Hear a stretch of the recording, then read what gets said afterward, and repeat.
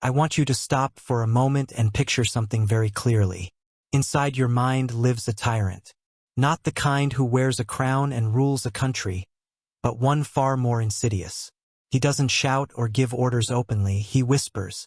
You hear his whisper when your partner is late coming home from work, and questions begin to swarm in your head. His quiet voice speaks up when you see your loved one smile at someone else, and something dark and unpleasant stirs in your chest. That tyrant is jealousy. And today, we're not going to talk about how to manage it or tame it. We're going to look it right in the eye without fear and understand how it methodically, brick by brick, rebuilds the very architecture of your mind. It destroys you from the inside, all while pretending to be your protector, your guardian. I want you to realize something.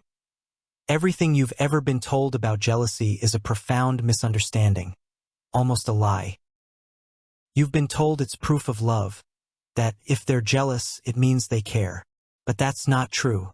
In reality, jealousy is a symptom of obsession. It's a sign of a deep, unhealed wound in your psyche. A wound that craves not love, but power and absolute control.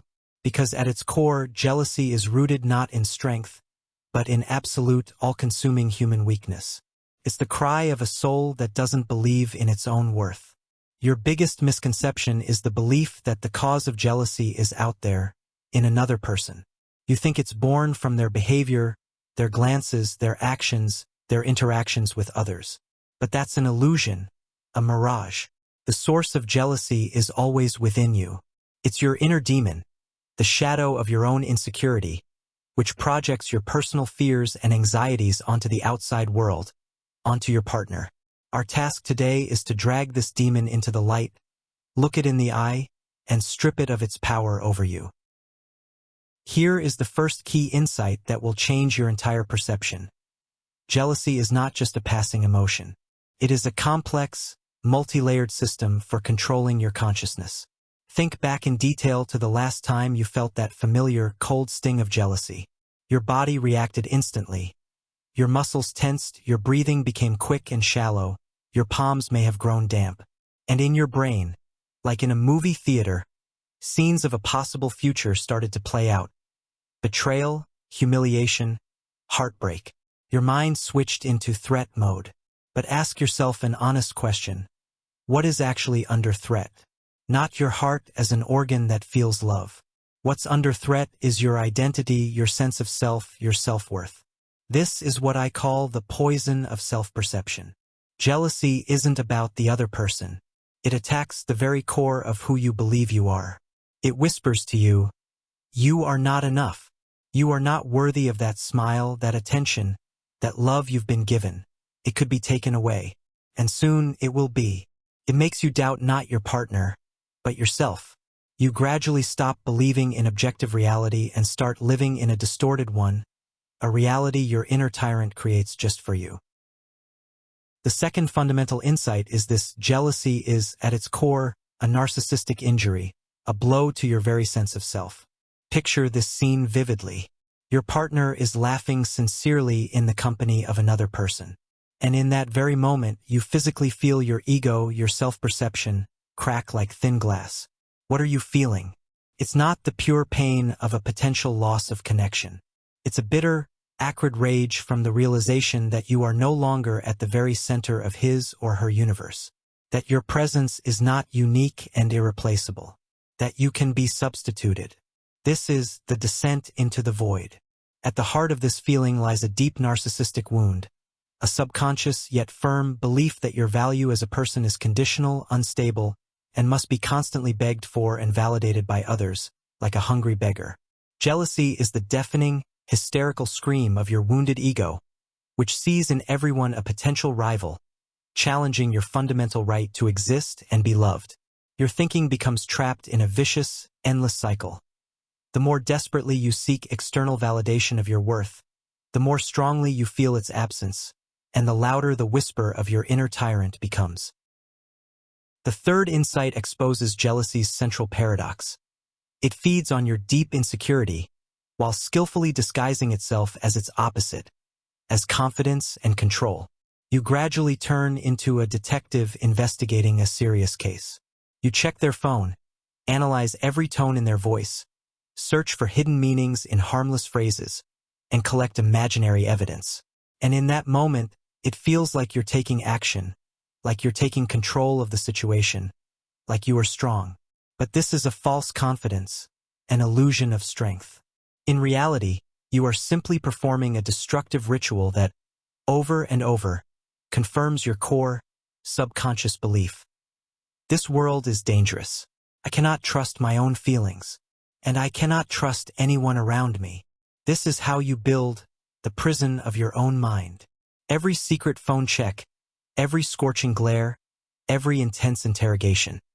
These aren't bricks in a wall protecting your relationship. They are another bar in the cage of your own prison. And the most terrible part is that in this prison, you play two roles simultaneously. You are both the jailer, who tortures with suspicions, and the prisoner, who suffers from them. Your negative thought patterns become the cement that solidly binds the bars of this cage, sealing you inside forever. The fourth understanding reveals jealousy's cruel irony. It systematically destroys the very attraction you are so desperately trying to preserve. Consider the bitterest mockery of your efforts. You try to keep a person close by clinging to them, by controlling them, yet through your actions you become less and less attractive to them. Why? Because jealousy is a heavy, dense energy of lack, neediness, and deficit. It smells of fear and desperation. And fear is the most powerful repellent. It pushes people away on a subconscious level. True, healthy attraction between people is born from opposite qualities. From an inner abundance, from an unshakable self-confidence, from that very inner wholeness which does not require constant external control and validation. All your communication with your partner undergoes a metamorphosis. It ceases to be a dialogue, an exchange of thoughts and feelings. It turns into an interrogation, a one-sided demand for proof and guarantees. You stop seeing a living, complex, independent person with their own thoughts and feelings in front of you. You see only an object, a function, whose purpose is either to confirm your fragile self-esteem or, as is inevitable, to ultimately shatter it. And in the end, your partner might indeed shatter it. Not out of malice, but simply to escape the weight of your suspicions and get a breath of freedom. So, where is the way out of this labyrinth of fear? How do you break these invisible yet sturdy chains that you yourself have forged? The answer, however complex it may seem, is right in front of you. The way out is not to demand more guarantees, promises, or proof from another person. The way out is to reclaim authorship of your own worth. You must become the primary and only source of your self-esteem. You need to make a fundamental shift. Stop searching for your reflection in other people's eyes, in your partner's words and actions. That reflection will always be distorted, like in a funhouse mirror. Instead, start building your inner fortress, not with empty affirmations you don't truly feel, but through real, concrete actions, through habits that, day after day, will prove your strength and value to you. The discipline of physical exercise for your body and mind.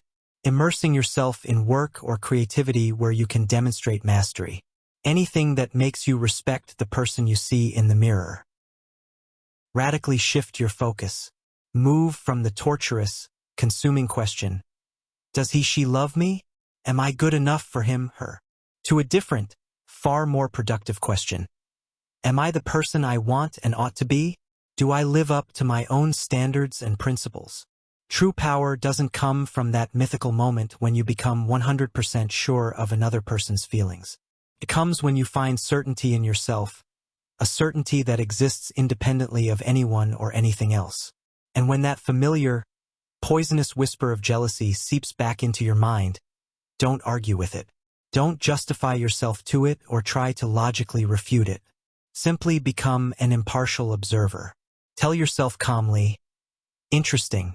My mind is trying to protect me again, using its old, destructive method by creating this drama. It's just a thought. It's just a temporary emotion.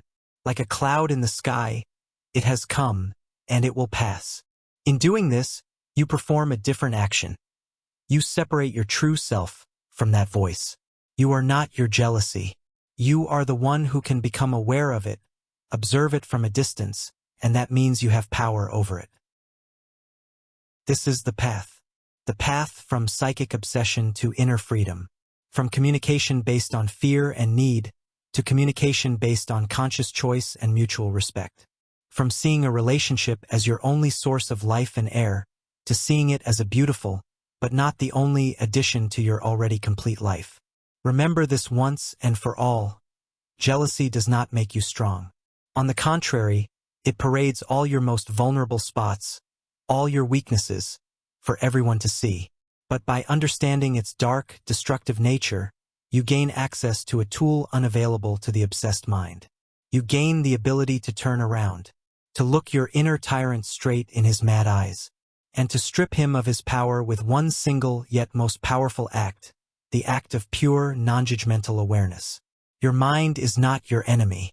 It is the battlefield, the arena where different forces clash. And today, right now, you have just allied yourself with the most powerful and advanced weapon on this arena. Its name is understanding. Jealousy is merely a shadow, cast by your unhealed wounds and fears. Stop fighting this shadow, swinging your sword at the empty air. It's pointless. Just do the one thing that truly works. Turn on the light. Turn on your own inner light.